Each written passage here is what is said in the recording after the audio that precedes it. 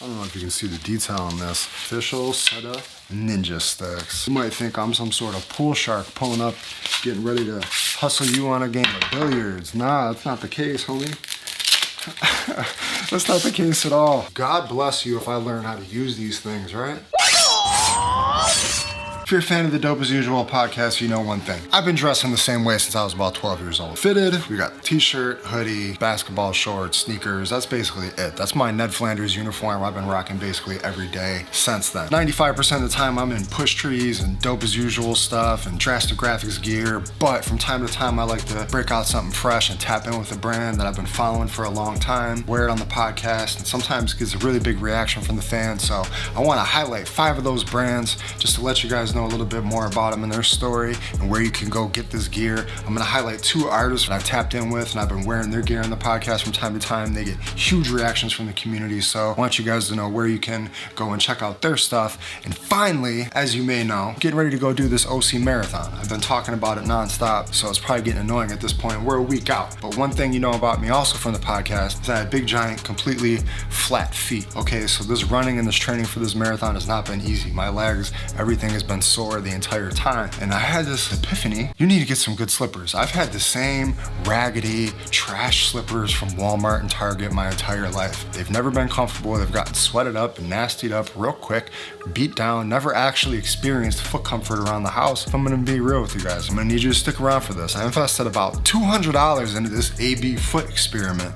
So if you got sore feet walking around the house, if you've spent $150 on a pair of Nikes or Jordans or whatever, you're barely actually ever in them things. You're walking around the house constantly, so might as well have comfortable feet while you're doing it. So we got an AB Pepsi Challenge product comparison going down between Rob Dyrdek's Lusso Cloud luxury slippers and the most high-end Nike slippers I could find. Make sure you stick around, drop a like, subscribe, let me know what you guys think. I need your help growing this channel. It's all appreciated. Let's get into it.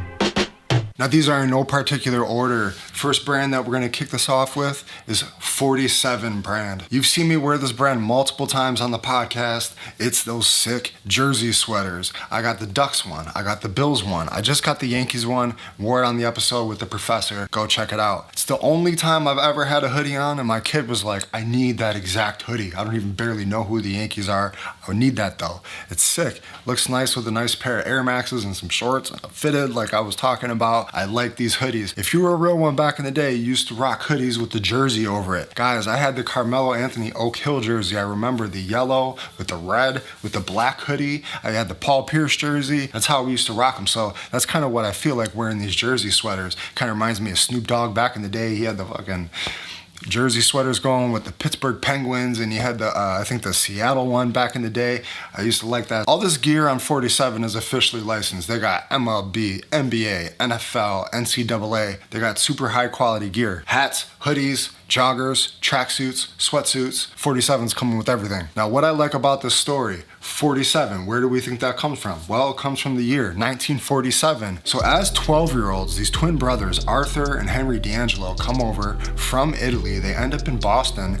What do? They hit the streets running. They post up in front of Fenway Park where the Red Sox play, start selling Red Sox pendants and merch at 12. This goes on for years. They basically take over this whole block. They're pushing everybody else out, trying to sell merch. They kind of just took it over. They're rocking it like that for years. 20 years goes by, and they're eventually able to open up a store next door to the stadium. So 1967 now, they actually open up the 47 brand storefront. Henry ended up passing it down to his 4 sons, who continue to run the 47 brand today. Literally, we're talking about 2 immigrants coming over as children and hustling on the streets of Boston, building this brand based around the year that they started doing it. I mean, this is legendary to me, and now their kids run it, and they're officially licensed across all sports. This is some of my favorite gear that I have. It's super high quality, and it kind of reminds me of Push Trees, because when you look at what their motto is and their story, their mission statement, it talks about undeniable attention to detail for 75 years. Every stitch counts. passion for quality materials. These are all things that I've heard and seen and witnessed go into the Push Trees brand kind of being behind the scenes, so I can really appreciate these kind of grassroots here at 47 brand. What I like about the 47 brand is they got their own styles and their own cuts for their hats and their hoodies that are kind of unique just to their brand. For the hoodies, they got the Franklin, they got the Lacer, which is the one that I rocked on the show a couple times, got the shortstop pullover, different styles that you don't see on other sites. I love these soft, vintage, distressed kind of tees. This is a fine art,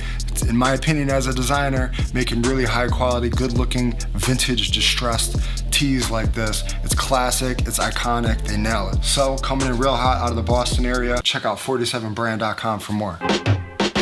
Guys, this next brand that I've been following for probably over 10 years at this point, and that is Roots of Fight. Roots of Fight is based out of Vancouver, and I've just been so impressed by their iconic, classic design, kind of like what I was talking about in the 47 brand, the vintage iconicism that their brand represents and has for a long time. On top of their digital web presence, Roots of Fight started as a marketing company, and you can tell through their targeted advertising, their documentaries they put out, through their Instagram, their social media, through their website and their photography, and just the art. What I really love about Roots of Fight is that, first of all, it's authentic. This is all officially licensed Bruce Lee, Muhammad Ali, Mike Tyson, all these great iconic athletes that have gone through big struggles in time. That's what they really were first centered around, those first couple athletes.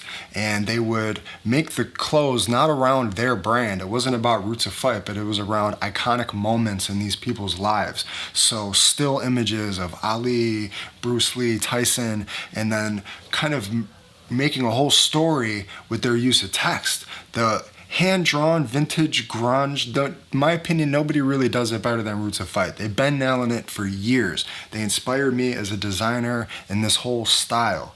So the way that they do it with their colors, big, bold, iconic, they just nail the whole aesthetic of that classic fight look, and I think they do these legends justice. The other thing I really like about Roots of Fight is they didn't just stop at fighting, MMA and boxing legends.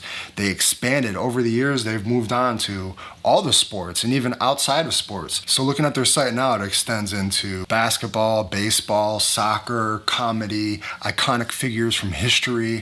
Kevin Hart's got a Roots of Fight shirt. Pele's got a Roots of Fight shirt. Iverson, you see me rocking the Iverson hoodie. I got the Iron Sheik tee that I was rocking on the podcast. I got the Muhammad Ali. I've got so much Roots of Fight gear I have throughout the years. Officially licensed, authentic, real relationships, and premium high quality. Roots of Fight started as a marketing business. It was by chance through the relationships that they had developed with the families of Bruce Lee and of Muhammad Ali. They had to kind of earn their respect of these families so much that through working with them and kind of telling their story, that it was like a natural progression when Roots of Fight came about. They didn't really set off to start this company. They were kind of set off in a different direction, and it came about through opportunities created through their work ethic. If you look up Jesse Katz, the owner of Roots of Fight, one of the owners of Roots of Fight, his story as a digital media brand person out of Vancouver is very interesting, and how he's parlayed it into this global brand. Roots of Fight doesn't use celebrity endorsers, but you see people like The Rock,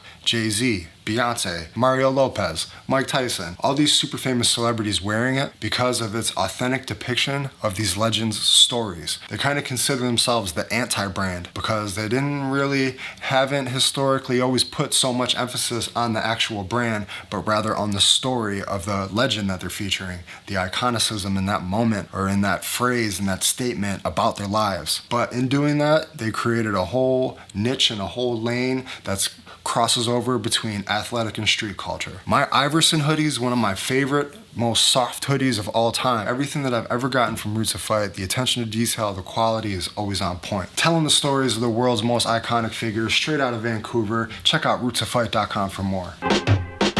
Number 3, one of my favorite all-time brands, Imaginary Foundation. I've been rocking Imaginary Foundation since the early days of the Joe Rogan Experience. Jason Silva, who you may know from the TV show Brain Games, was one of the early guests on the Joe Rogan Experience. I don't know what his affiliation was, but he was kind of a part of Imaginary Foundation. He turned me on to their whole art movement.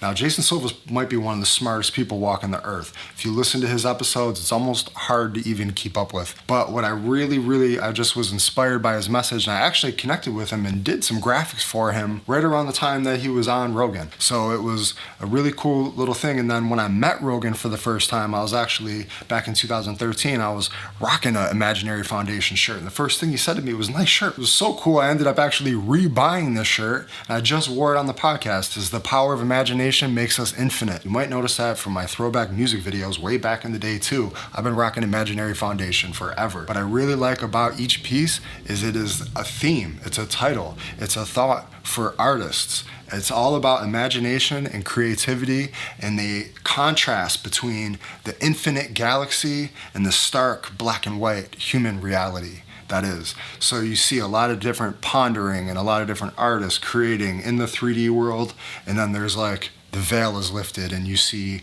the artistic world that is infinite. Every piece represents something. All the art is really cool. And what I like about this, Imaginary Foundation is based out of Switzerland. It's a collective, a team of artists, but there's a director. There's this, 70-year-old guy who kind of founded it and is the leader of it, but he kind of has a team of artists that bring these visions to life, and that's how they rock it. This dude is like a mysterious person. He doesn't want the attention. It's all about the ideas that are being depicted through this art. He created Imaginary Foundation back in 1973 as a dedication to imagination. If you go on the site, they got canvas prints, posters, pins, all kind of accessories besides the tees and the hoodies and all the main apparel that they sell. Great quote from the director from Imaginary Foundation. "Imagination is the factory that makes legends. It is the beginning of all achievement." Think about it like that. Imagination, the giant factory that connects all of our early beginnings of achievement since the dawn of time. Head over to imaginaryfoundation.com for more. You can sit and check out all their art for days. Okay guys, this is a brand that you probably have heard of, but may not be quite so familiar with it. I'm gonna bring it out and highlight it a little more because I really like it. Straight out of Orange County, we're talking about Ethica. Now the number one thing I really like about Ethica is that they showed love to our team. They just had Ratchet Man and Yola through, did a whole vlog, let them get a bunch of gear and stuff. So shout out to Ethica for showing love to the team. First of all, Ethica's been on a marathon. What I really like about this brand is that there was one guy in Orange County who had the idea. He noticed a void in the men's luxury active underwear industry. He noticed a void, that there wasn't really anybody really dominating that space. So he wasn't some dude walking around that was just all into and all passionate about making boxers, but he noticed a void in that space and said, I'm gonna make a product that takes over this whole space, and he did. But the other thing that I really like about this story is that was 2001. This has unfolded over time, and they're still growing, and they're still on the upswing, and they're still relevant in culture and crushing it. As a young entrepreneur way back, to kind of have that vision and to set it through and let it happen, I just think it's a great example to look at on people that are trying to think about starting their own brand. Another really funny thing that I like about how the word Ethica came about, homeboy said it was from watching Tom Green's road trip movie, and he heard them talk about Ithaca, New York, which isn't that far outside of Buffalo. Ithaca, New York. And he heard it, had his aha moment and said, I want to call my brand Ethica, but he wanted it to be his own word that he kind of invented that represented ethnicity, ethics, and athletics. Ethica. Now you probably know Ethica from their super loud graphical boxers that they have. You see them in Tilly's, you see them in Zoomies. They crossed over into retail, but they also sell a ton of stuff on their website. Ethica is great to work out in. It's great to just wear. All of my underwear is now Ethica. I've gotten rid of everything. I got the sports and I got the staple. I'm not a loud graphic print kind of guy. I like the basic colors. I keep it kind of clean, minimalist when it comes to this kind of thing. So I'm rocking the staple at all times. Now, aside from that, I wanted to highlight this because I've worn it on the podcast. On the episode with Zombie Juice about to drop, I'm rocking the Ethica hoodie. All this stuff is really nice to either work out in or just chilling. The tees, long sleeve tees, they got a whole line of women's clothes, kids' clothes. The other great thing that Ethica did was align themselves with people in the motocross world and the extreme sports world. Ryan Sheckler just slapping his Ethica sticker on his skateboard was huge and helped build the brand, helped them cross over into retail, and you can look and see the whole upward trend of this company over the past 20 years. They've aligned themselves with tons of big names in music. They put out music. They got a huge studio right in the whole Ethica headquarters. Bieber, Lil Wayne, Lil Jon, Meek Mill, the fake Rick Ross, Ace Hood, Lil Durk, 2 Chainz. Ethica does collabs with all kind of rappers. They're super deep in the music industry. But again, what I really like to highlight is that Ethica's mission statement is all about inspiring people, and that greatness isn't built in a day. But as long as you're moving with integrity and ethics, you're gonna be good to go down your path. Underwear, socks, slides, whole women's collection, pants, shorts, shirts, hoodies, super soft, super comfortable, super minimalist and clean. Straight out of Orange County, check out ethica.com for more. ETHIKA, ethica.com for more. Coming in at number 5 out of Orange County, Represent. If you're a fan of MMA, you're probably already familiar with Represent. It's owned by MMA legend Nate Diaz. Represent's in line with like a very clean, masculine, bold, athletic kind of aesthetic. Kind of, in my mind, it's almost like the Essentials Fear of God meets Roots of Fight, kind of somewhere right in the middle with like kind of a gangster like 209 twist. I've been following Represent for a while, and I actually reached out to them and was able to go tour their facility. They hooked us up with a bunch of clothes. It was super cool. Really appreciate it. I like Represent because it's like, what do you represent? You know, when you walk around with that Represent on it, a lot of their gear says The Real. And I really like that. Represent The Real overall. It's high quality. It feels good. They got couple thousand different SKUs that Represent. They got so many different items, it's insane actually. They have a whole separate collection for Nate Diaz. They got other fighters, Brandon Moreno, Chris Avila, Cisco Alvaro. They got Nick Diaz collection. They got all different types of gear. Shirts, tanks, accessories, women's gear, kids gear, men's gear. Represent's got a lot of stuff to check out. They got rash guards, they got hand wraps. Hold on a second. I don't know if you can see the detail on this. Represent hooked me up with an official set of ninja sticks. You might think I'm some sort of pool shark pulling up, getting ready to hustle you on a game of billiards. Nah, that's not the case, homie. That's not the case at all. God bless you if I learn how to use these things, right? But it's just cool having them. Stay real. You know, if nothing else, these things are cool on the shelf at all times. That official martial arts stick, boy. Run up, get done up, son. Good looking to Represent for all the gear. You know this is Nate Diaz's shit. So straight out of Orange County, representltd.com for more. Now you may or may not actually see a Marty Made It Times Represent collab coming in the future. We're working on it right now, seeing if we're gonna be able to make it happen. But I wanna put out some gear out there for all the creative entrepreneurs to represent us on our path. And I think Represent makes sense. We're gonna see if we can make it happen. But aside from that, I have no affiliation with any of these brands aside from being longtime customers. I'm not sponsored by any of them. So I'm just letting you guys know what I like, what I wear, what I've been following. Now I want to highlight 2 artists from Instagram. When I wore their gear, they got a big response from the fans on the podcast, so I want you guys to go check these out. Number 1, coming out of, I believe, Eastern Europe. I could be wrong on that.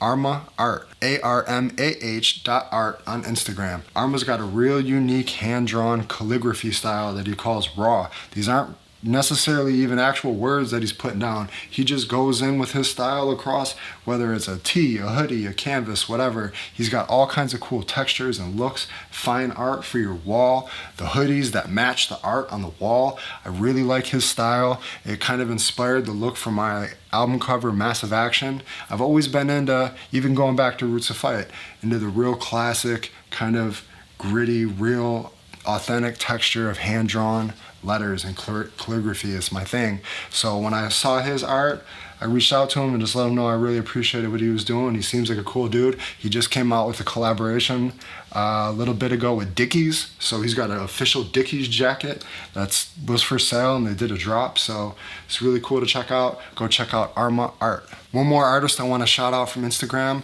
I wore his shirt and got a big reaction from all the podcast fans on one of the episodes, and that's Tight Eyed Dies. Now his account's been growing like crazy. I really like how just authentic and organic his process is. He does his behind the scenes videos, making all his different custom styles of tie-dyed shirts. He dries them out in a rock out there in the mountains somewhere in Colorado, I think, and he's got all different kinds of really unique original styles. When I wore the orange and green one on the podcast, got a really big reaction. So if you're looking for something kind of flashy that's gonna like be a conversation starter, this is a really cool custom way to kind of get a one-of-one shirt. Check out his page. It's tight-eyed, TIGHTEYED_dyes, DYES on Instagram.